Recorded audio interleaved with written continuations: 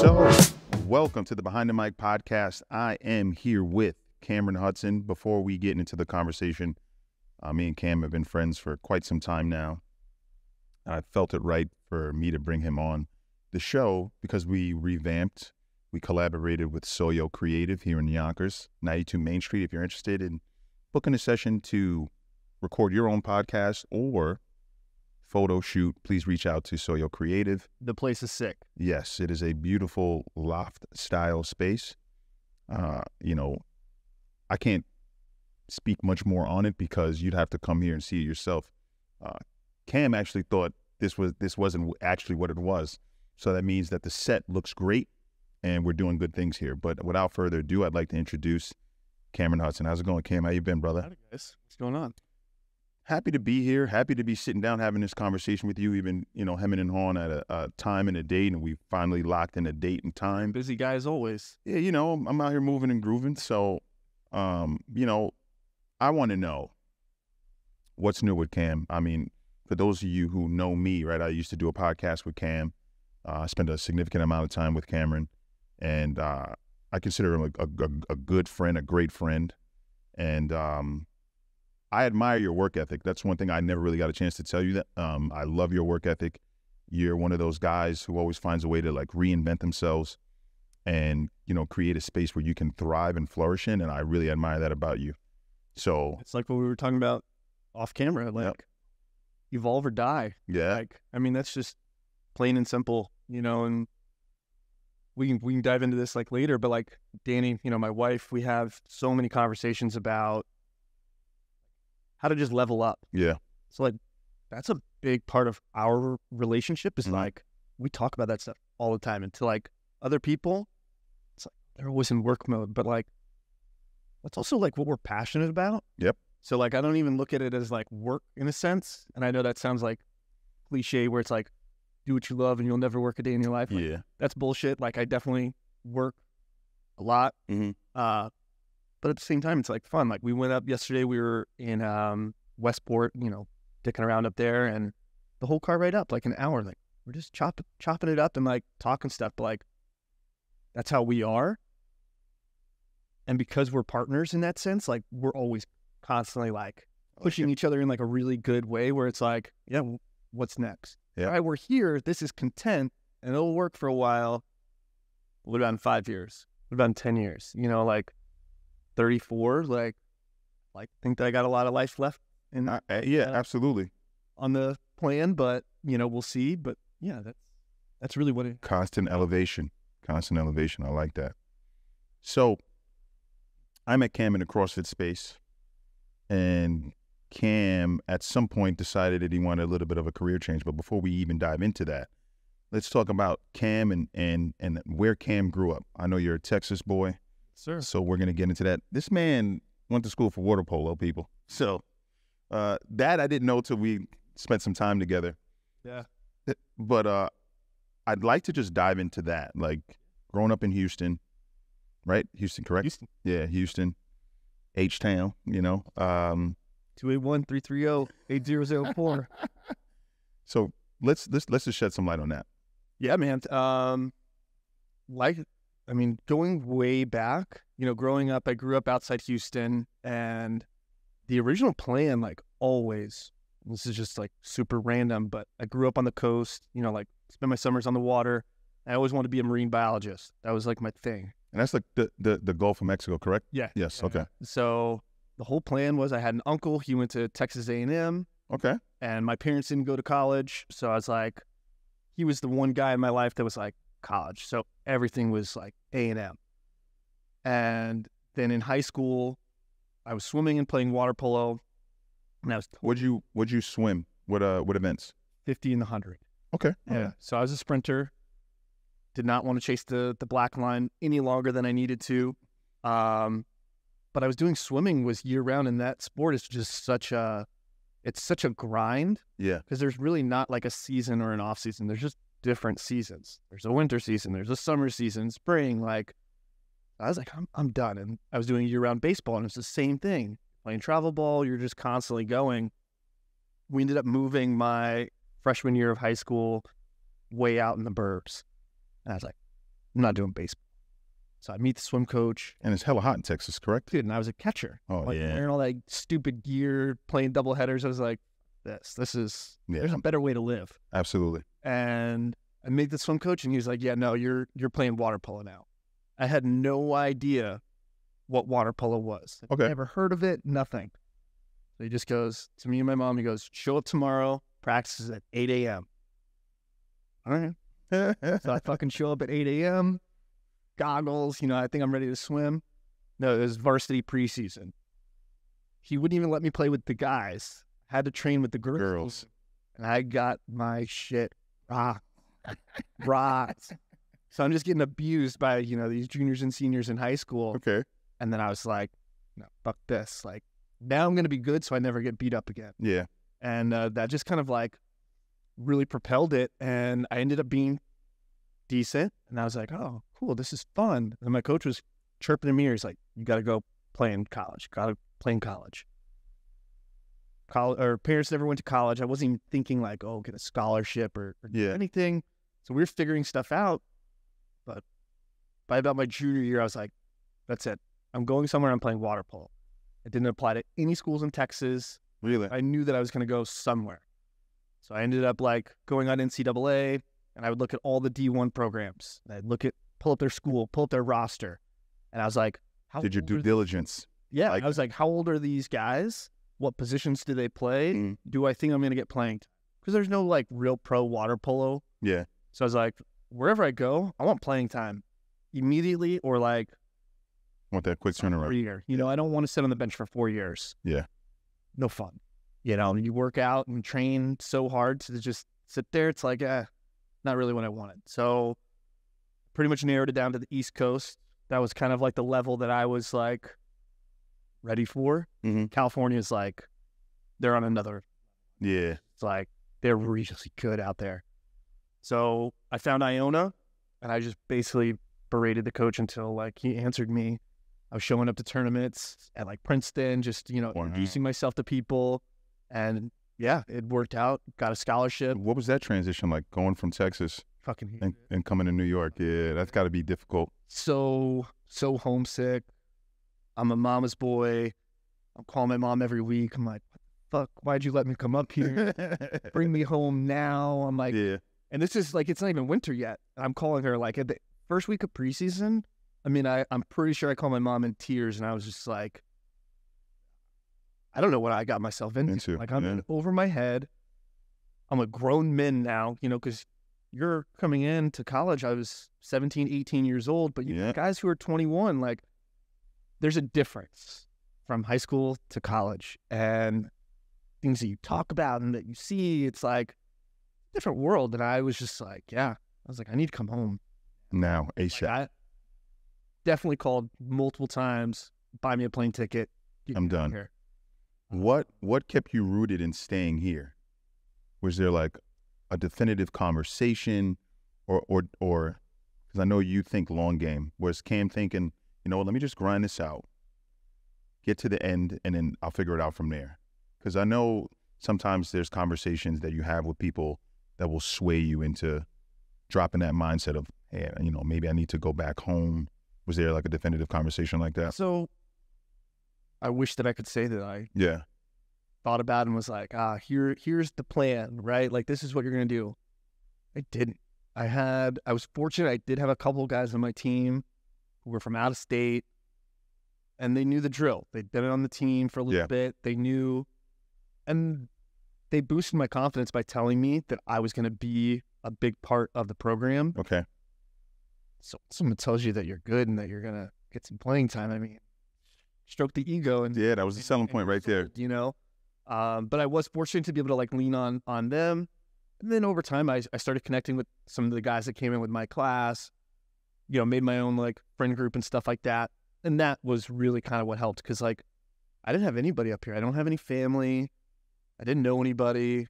I knew a couple kids that were on my recruiting trip, but like, listen, on a recruiting trip, you're drunk for 48 hours. Yeah. Like you don't know each other. There's haze in there, you know, Yeah, because you're turning up. lugging beer from one house to the next. Like that was the extent of us getting to know each other. Little natty light.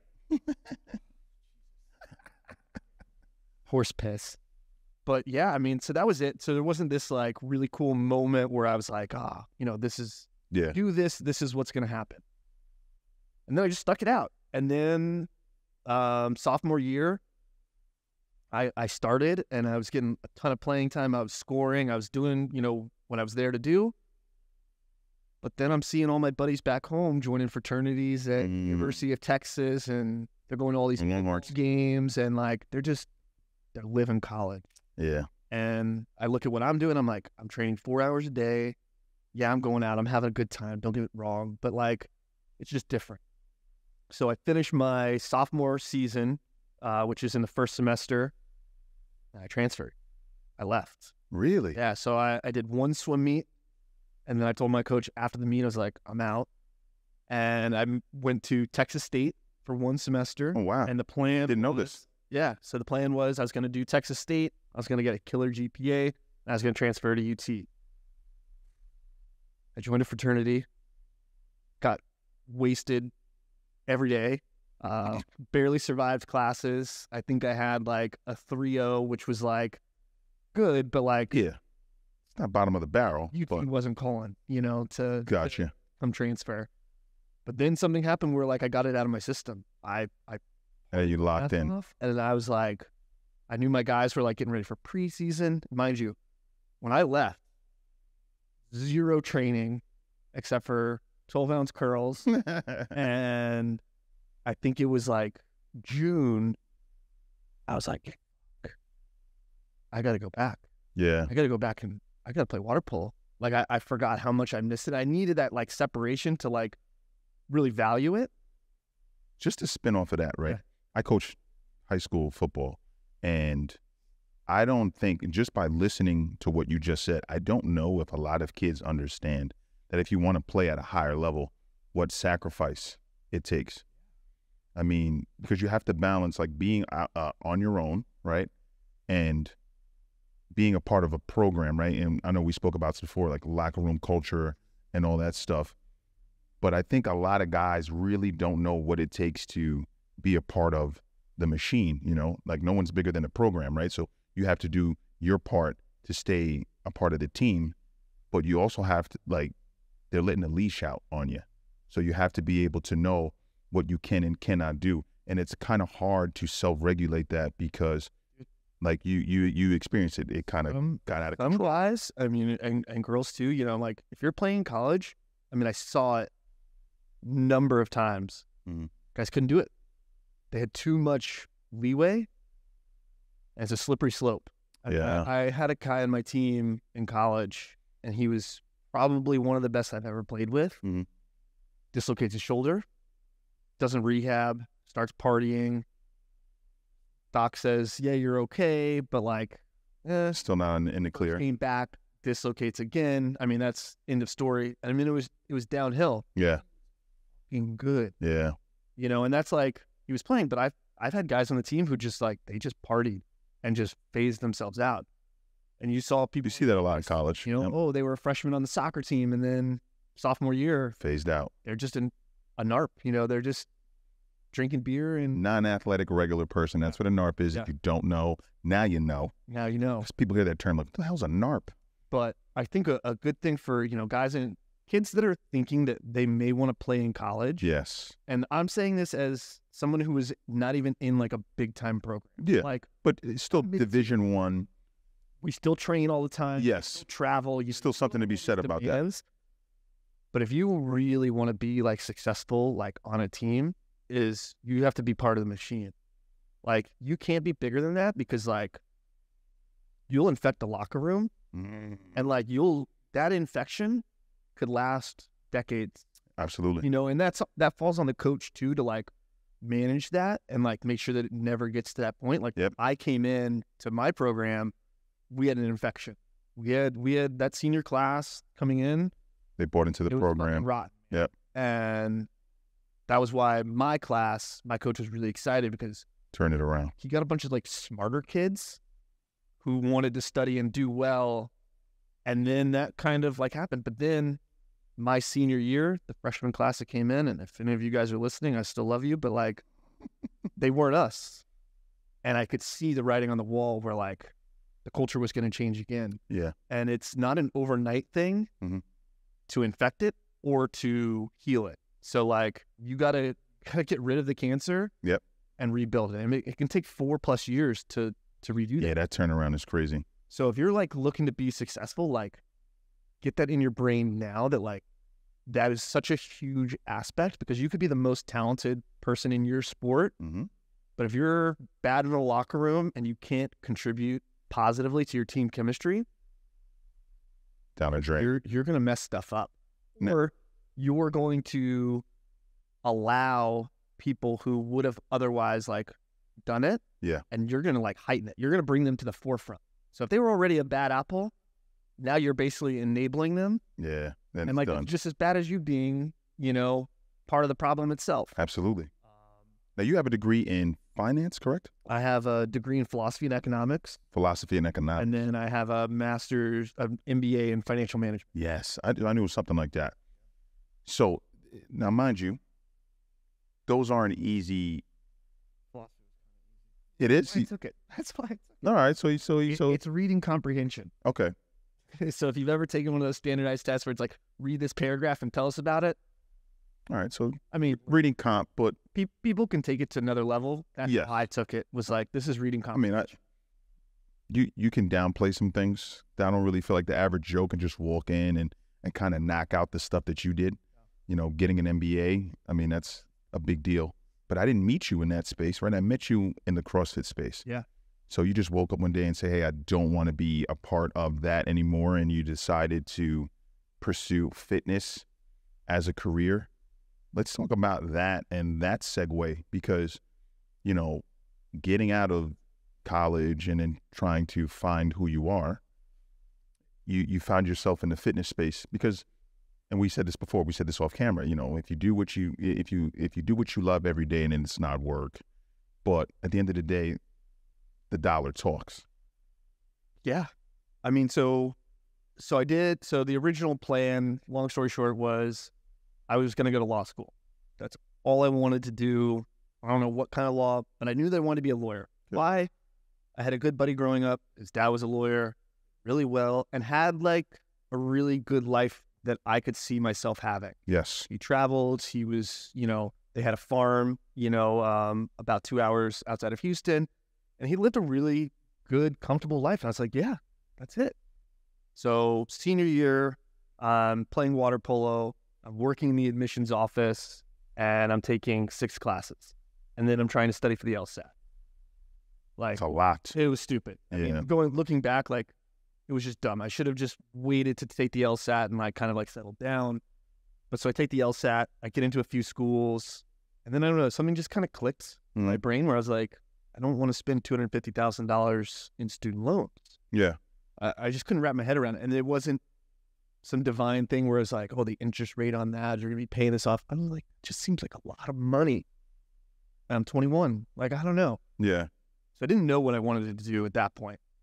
So I moved home, and because I'd worked in the admissions department, I knew everybody in that division. So somebody reached out to me and was like, hey, I know that you're not sure what you're doing. You should come be the MBA enrollment coordinator in the admissions department. Oh, wow. And I was like, didn't know this. Okay, that sounds cool. You know, like definitely not what I want to do for like life, but like, I don't know, I'll do it for a year or two until I figure it out. Yeah. And he's like, well, the best thing is like, they'll pay for your school. They'll pay for you to get your MBA. So they do tuition remission. So I was like, cool. So I interviewed, which was like kind of a formality. And I moved back up, and I'm sleeping on my buddy's couch. Yeah. I wasn't planning on living in New York. I was going home. So I do that for 3 years-ish. And I moved up from MBA enrollment coordinator to basically running the admissions office for the MBA program while doing my MBA. So I did that from 2012 to 2015. And then I knew that I was like, all right, you have to make a decision. Are you in higher ed which I wasn't like super crazy about. Yeah. It's like, I don't know, there's nothing wrong with it, but just didn't like get me fired up. Yeah.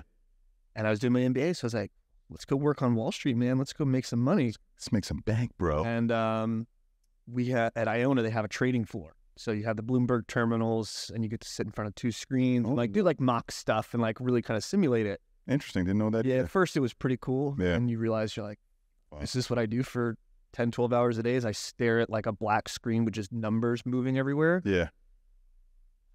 I'm too ADD, energetic. Yeah. I got to move.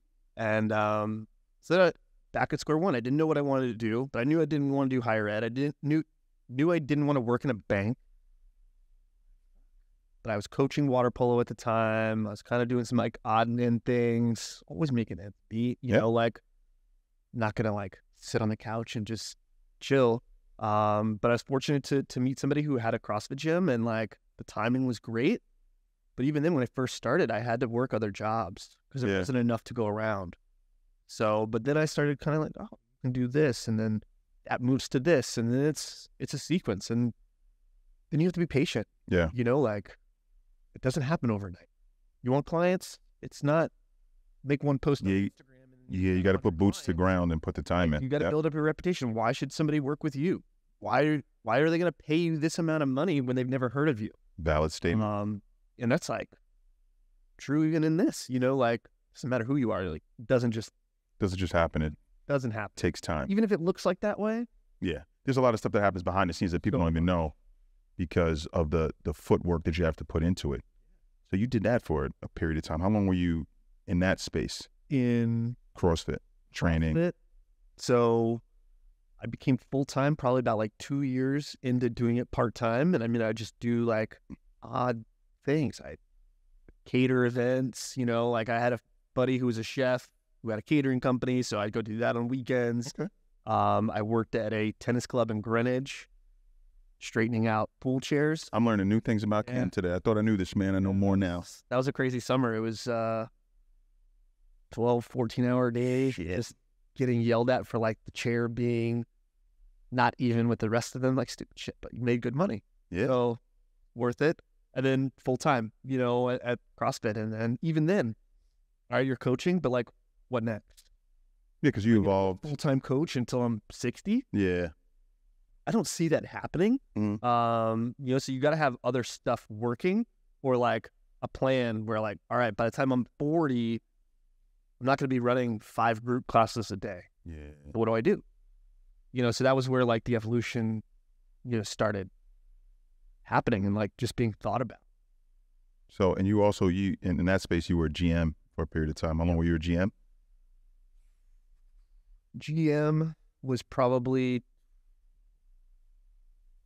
4 or 5 years. Okay. I mean, then the title changed a couple of times. I mean, yeah, because it was kind of like there was the owner and then it was me. So whatever else fell, and in small businesses, like that's how the corporate ladder works. Is it's not this person only does this and this person does this. There's like one person or 2 people that do everything. A multitude of things, yeah. You know, so you wear a bunch of different hats, and that's why like the title was always kind of like irrelevant because like, yeah, in one breath I'm the GM, but in the next breath, director of staff development. Yeah. You know, like there's so many other like aspects to it. But yeah, that's definitely where like my brain started like going in terms of like, all right, well, now what? You know, just in general. So we were talking about this off camera, right? So you did that for a period of time, and then there was a pivot, right? It seems constantly in your life throughout the story, there's pivots, right? So many pivots. It drives my wife crazy. So you get into the space of real estate. Yeah. Let's talk about that journey and the ebbs and flows of that, because now you're in a new space, and just knowing who you are, I know that you like to be the best, right? You want to do your best in whatever space that you're in. Yeah. So I know that is a huge switch too, right? So being in the space of, you know, being a personal trainer, GM, so on and so forth, all these different hats that you wear, now you're in a completely different space. That unfamiliarity, that unknown. What was going through your mind when you made that pivot, and how did you deal with it? Well, on one hand, I saw more money. I mean, just straight up. That's a motivator right there. You're like, okay. More bucks. We get married in 2022. Don't get that wrong, bro. You're gonna have to cut that. That's bad. Don't get that wrong. This coffee throwing me off a little bit. We get married, and we start having conversations about family, retirement. Like, what are we doing? We're making good money, but like, I don't want to work forever. So I look at real estate and I'm like, yeah, I see a lot of opportunity on like the sales side, but really what I wanted to get into was like working with investors. That just really excited me.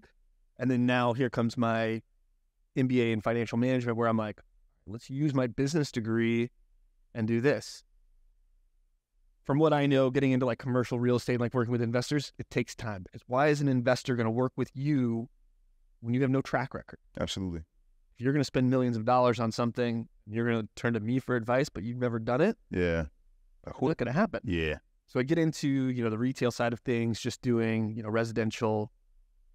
And it was great timing to get in because the pandemic, there was this huge shortage. People are moving from the city. They want all this space up in Westchester. So like I had a great first year. Mm-hmm. But still, like, I was just like, residential really isn't my thing. I don't like talking to people about, like, you guys should see the light that comes in here in the afternoon. Oh, my God. It's not me. If you know me. Check out the schools here. Your kids are going to love it. Kind of guy. Yeah. And that's like, it's like felt so just like forced and cheesy. But yeah, I was like, okay, we'll keep doing this, big picture. Down the line, you'll make a transition. Copy. So, I mean, that's really the main reason. But the other reason was I didn't know what the fuck I was doing. Yeah. And that was exciting. I got to be a student again. I got to learn. I got to like spend hours watching videos and reading and just like. Do you feel like that? Fully immersing myself. That's part of your like superpower. Do you feel that? Because I feel like, and just the consistency in the story is like you get into an uncomfortable space and you're like, all right, I got to dig my heels in and just. I never really thought about it like that. Yeah. Because. And like, even as we're saying this, I'm like, am I like a lifelong learner kind of guy? Like, am I an academic?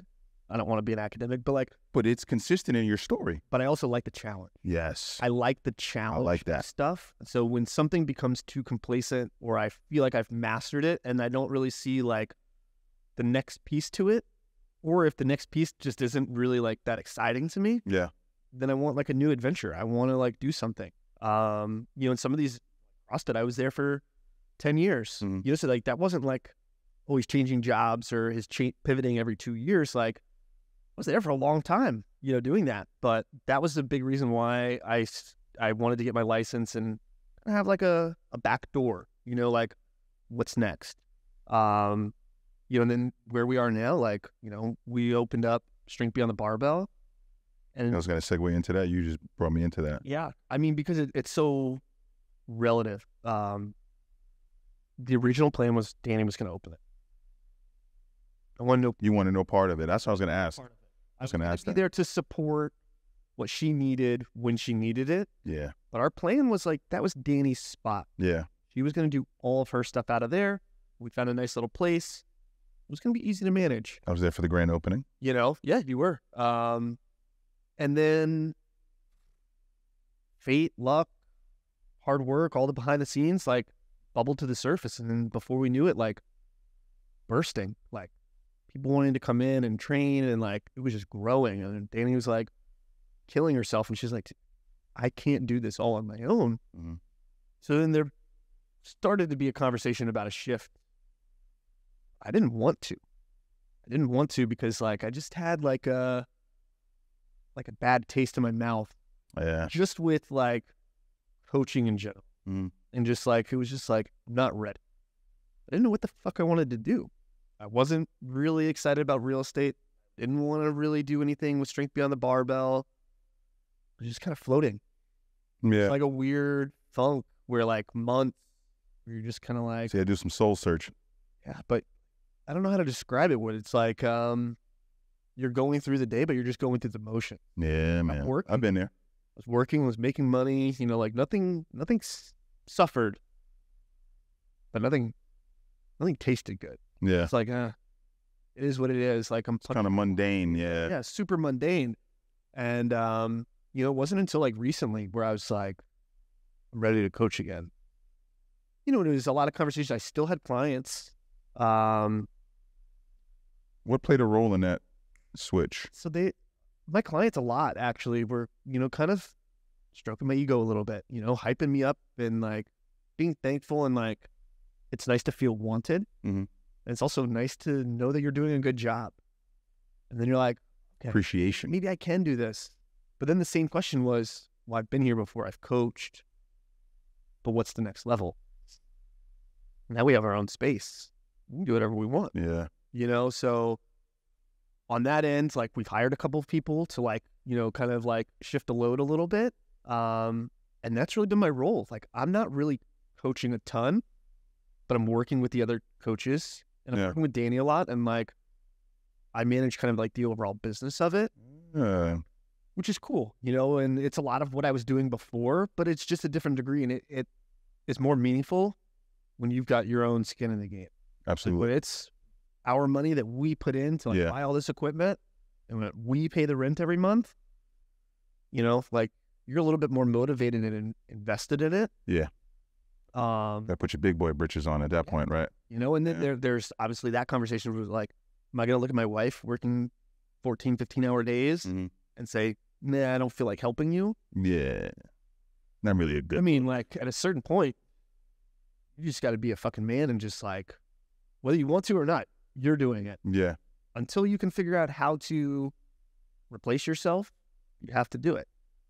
So we're still figuring out that dynamic of like, where do I come in with like the coaching stuff? But like because Danny was working at Bronxville High School doing their strength conditioning. Yes. So we had a lot of those kids coming in. So like I get to work with the boys. Get that spillover. Yeah. And we kind of share. And it hasn't been until like the last month where I've been more active with it. But there's definitely like, now it's a little bit new. I didn't really work with that population all that often. Yeah. So it's exciting. And like, they're all athletes. They all play football or lacrosse and they want to get better. So I'm like, dude, I can talk to you about going through that. I've been there. I did it. You have that experience and tell you firsthand what to expect, what you need to get better at. Maybe not, I don't know football. I'm not an expert, but like, I know what it takes to be a good athlete. I know what it takes to be like somebody that a coach would want in their locker. Absolutely. Because you've been through it and you being able to give those kids that 2 cents. Yeah.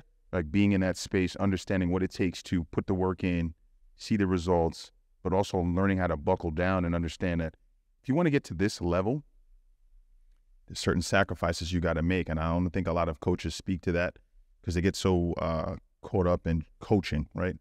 But when you're dealing with young men or young athletes, I shouldn't say young men, but young athletes, they need the insight where a person that they respect and look up to is saying, hey, listen, it's not just this, it's what you do outside of the gym. It's making sure that you know exactly, like, I can coach you here, right? I can tell you, you got to do these power cleans, you got to do this, you got to do that.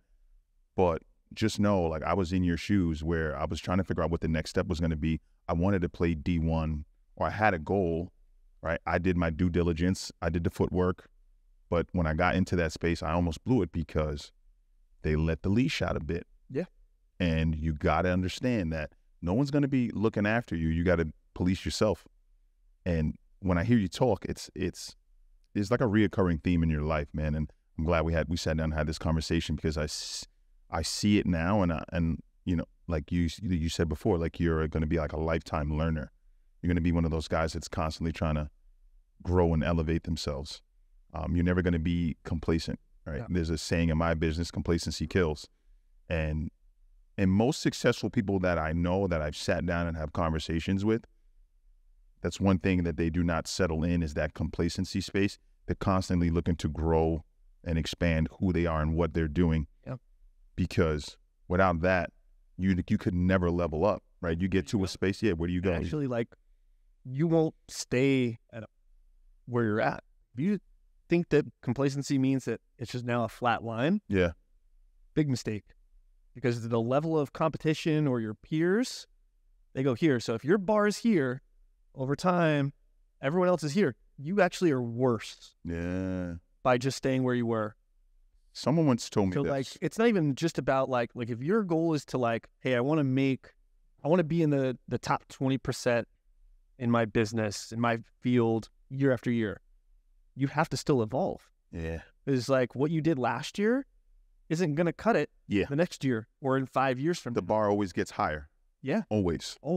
And then part of like my soul searching thing was like, trying to figure out like what job do I want to do? I was just like, I'm not coaching or anything. So I'm doing all these like personality tests and like, Really? trying to like just, hey, what am I? What am I good at? What are some like other people who have my personality? What jobs do they have? Mm-hmm. And I'm pretty good at talking with people and like connecting. Absolutely. I will I never co-sign really that. thought about myself that way, but like that was just a reoccurring theme on like all the personality tests. And I was like, all right, well, how do I leverage that? And go figure what's like one job that like they all said, fuck coach. So it's like, well, you can't fight it now, man. Yeah. Like It's the universe speaking to you right there. universe. Yeah. Like, Yeah. here it is. But I was like, I don't want to just coach. To me, there's nothing wrong with it because like that's what my wife does. I think it's super commendable. But it's like, I just want something more. So I was like, well, how do I coach people on like a different level, like to a different degree? Mhm. All right, I have youth athletes. I have, my own clients and stuff like that. But I just felt like I had more to give. Yeah. I didn't even know what I had to give. It's like, I know that there's something. And this is something that I've been working on for the last, few months. And Danny, I've been talking about it long before that, is like, we're going to call it strength beyond the paycheck. And it's not, honestly, I don't really even care if I make a fucking dollar off of it.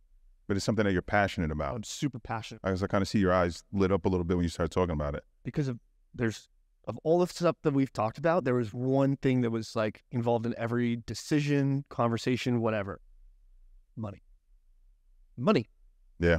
And I'm not like this greedy, like, want to go swim in a vault of dollar bills. No Scrooge McDuck here, people. McDuck. Yeah. I want to be comfortable. How do you do that? Yeah. And so How do you find that balance? you got to find that balance. And so like a lot of what I was thinking about was like, do I want to become like a financial advisor? Mm-hmm. Yeah. I mean, they do really well. I know a bunch. It's not a bad way to go. Yeah. It didn't excite me. But then I started having conversations with other people who were coaches, like personal trainers, real estate agents, small business owners. Bro, they don't know what the fuck is going on. Like they run their business really well, and Yeah. their business does well, but then there's nothing left over. Or they're not setting aside for like retirement, or they're just month to month. Yeah. It's like, fuck. It's like, that's like a big gap. It's like, we're doing this right now with our business. Like, we have these same conversations, but like other people don't seem to like follow it. And then one thing that we didn't talk about was like Danny and I, when we first started dating, I think we had been together maybe like 6 months. Mm-hmm. And we were getting on a plane to go visit my family in Houston. And we'd been having conversations about money. And we were both stupid with money, like younger. Credit card. Which blows my freaking mind. But younger. I didn't know you guys now. I know you guys are really good with it now. So, I partied like a rock star. hey man, nothing wrong with it. Went international, like nothing was off limits. So you just keep swiping, and like before you know it, you amassed credit card debt. Mhm. You've got student loans and you've got a car payment, and you're like, fuck, I'm not making enough money at this job to like really even make a dent. So even if I'm not trying to ball out, now I'm using a credit card to kind of like fill the gaps. Yeah. And it's a really slippery slope. Same way that we talked about locker room, like it doesn't happen overnight. Over a period of time. Fix it overnight either. Yeah. So we get on a plane, we're going to Houston, and like literally out of nowhere, I was like, it'd be a good idea? She's like, I hate when you get good ideas. I was like, we should move in with your mom. 1 year, fucking save, Lock it pay off in. all of our debt. Like, let's just get to neutral. Yeah. She's like, yeah. So we did. So literally, like on that plane, like we mapped out we spent the whole 3.5 hours, like writing everything out. all of our Excel debt, spreadsheet. a Fuck. spreadsheet galore. And her mom was obviously super on board with, having us. She Love was it, bro. excited. So we were fortunate in that regard.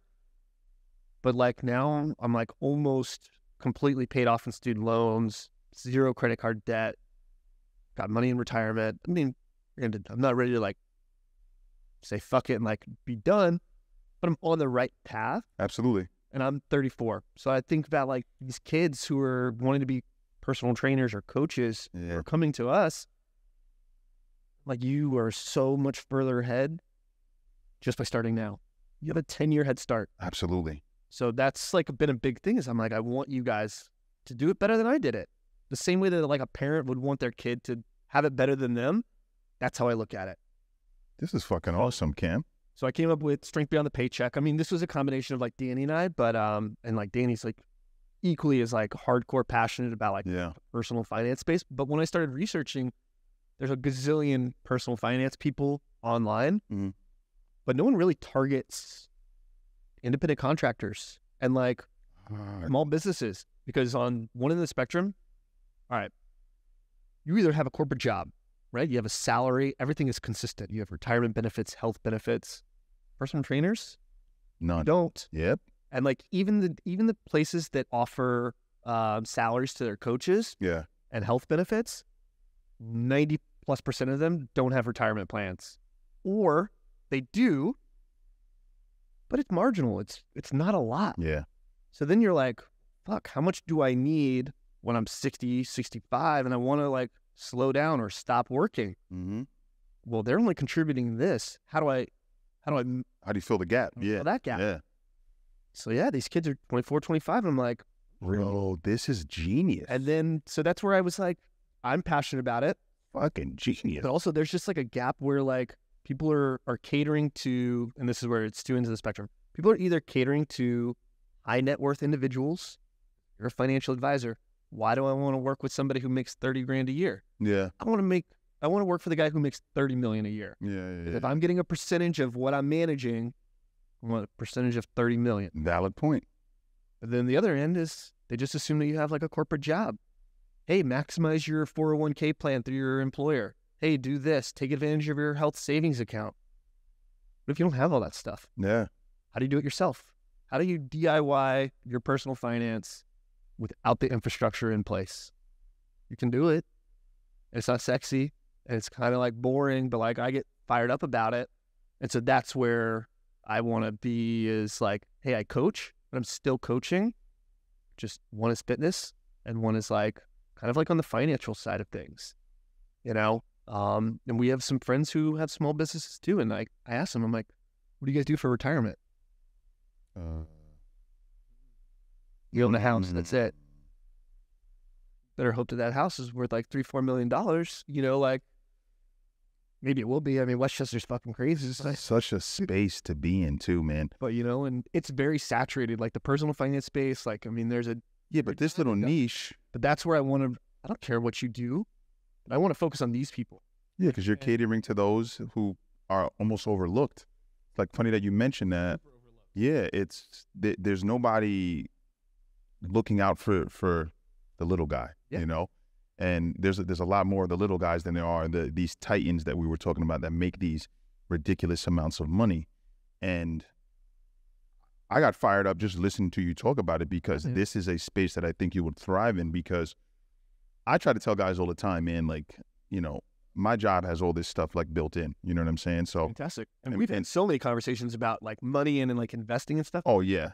Yeah. You know, and me and Elias were talking about this, like, Elias is a firefighter, and, you know, I told myself, I said, you know, my first career will be where I, excuse my terminology, eat shit. And then second half, I financially put myself in a space that when I no longer am a police officer, that the next venture that I get into is going to be something I thoroughly enjoy. And it's not about the dollar amount. It's about waking up and having a thirst for helping others and doing something that I enjoy doing. And the only way that you can do that in the second half is if you're smart in the first half. Exactly. Because you could have a great job and piss it all away. Oh, 1,000%. Shit ton of money. Yeah. And live paycheck to paycheck. And then when Father Time comes knocking, you're like, and there's not enough time now. I know guys. It doesn't happen overnight. I mean, you're talking decades. Yeah. It happens over a period of time. Yeah. Yourself up. And yeah, real estate was like another big thing that was like, I would talk, my brokerage that, I'm at now, they do a lot of stuff. Mhm. And this isn't a knock, but this is just how it works. There's no health, no retirement. So your banner is the brokerage, Yeah. but you're your own entity. You are a small business owner. You're responsible for your own health care, your own retirement. I have conversations with other real estate agents. I'm like, what do you guys do? No one seems to fucking know. No. Yeah. Or they have a partner or a spouse who does really well and their job has those securities built into it. I'm like, not good, man. So you either make enough money to where it doesn't matter. Yeah. Or you be smart, either one. So that's where I want to eventually go is like, it'll be like a blog at first and like posting on Instagram and stuff like that. But like I said, like there's no service. Just not charging anything. Yeah. I just want you to fucking like listen to like some of the firsthand stuff that I've gone through and taught myself, and hopefully you can do it better. That would be amazing. Just And leading then people in the right eventually, direction. Got to make money doing something. Right? Absolutely. Absolutely. Like- Yeah, you got to grind it out in the beginning, Mother Teresa. Yeah. It's all about, being able to sustain a lifestyle. That's what I like to say. So my thought was, all right, well, if I'm doing this blog, why don't I go to gyms or real estate brokerages and teach them, hey, I know that the 25-year-old personal trainer can't afford to hire me so that I can like work with them. I'll be the financial coach. So then I'll go to the one in charge. I'll go to the gym owner. Hey, let me take this off your plate. I'll work with your people. I'll get them set up with a budget. We'll teach them how to set up accounts. I'm not giving you investment advice. That's Completely up to lane. yeah. But I'll tell you what I do and like what is like a smart, relatively safe thing to do. Do it on your own at your own risk. Then they'll pay me. So then I don't have to worry about that. And then it's a win-win because look, if you own a gym, that's one less thing that you have to worry about figuring out how to teach them. But then from a hiring standpoint, hey, when you come work for Gym ABC, I have this we in have a place. financial coach. So when you get started, they help you set all this stuff up to make sure that you get off on the right foot. So they're outsourcing, I guess like kind of like an HR department. Yeah. And like that's where the money's at. So you go to the owner. You don't worry about because a 25-year-old can't afford to pay me what I would charge. Yeah. Right? Like a 25-year-old can't really afford a personal training session that's $100, $150 an hour. Absolutely. So like it would be shameful on me to be targeting them. So I'm not. And then how many real estate offices are there in Westchester? Fucking million. Million, yeah. Same thing. Hey, you're the manager of the brokerage. Hey, pay me X number of dollars and we'll set up a timeline. Maybe it's a 6-month thing. Or every time you have a new agent come on board, I'll sit down with them and I'll do a month-long like onboarding of like, hey, because you can't do it all at once, but like, hey, set up a budget. Hey, here's how you set aside money. You make inconsistent income. Dude, you got to be so smart with your money. Absolutely, yeah. Because like you can't just wait. It differs from month to month, yeah. I mean, Or check to check, I should say. yeah, when you get a commission check, you could get 40. Like, all right, so last December, I had like 6 closings in December. Killed it. Bang. Yeah.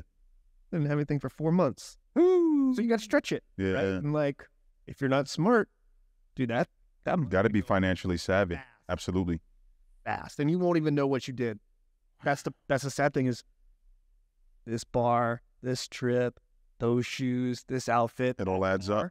Dude, in a month, you're like, how did I just blow $40,000? Yeah. And it happens, Slippery slope, yeah, man. So that's where I was like, okay, this is what I can do now. So now I'm coaching, I'm doing that, and so we're gonna be growing that. We'll see where it goes.